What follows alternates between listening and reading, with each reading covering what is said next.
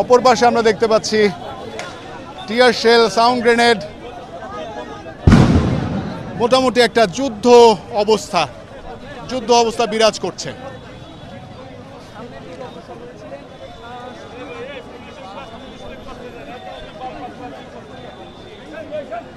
এবং পুলিশ সদস্যরা কিন্তু সাউন্ড গ্রেনেড নিক্ষেপ করে আরও অনেক দূর এগিয়ে গিয়েছেন। তাদের সেই এপিসি এবং পুলিশ সদস্যরা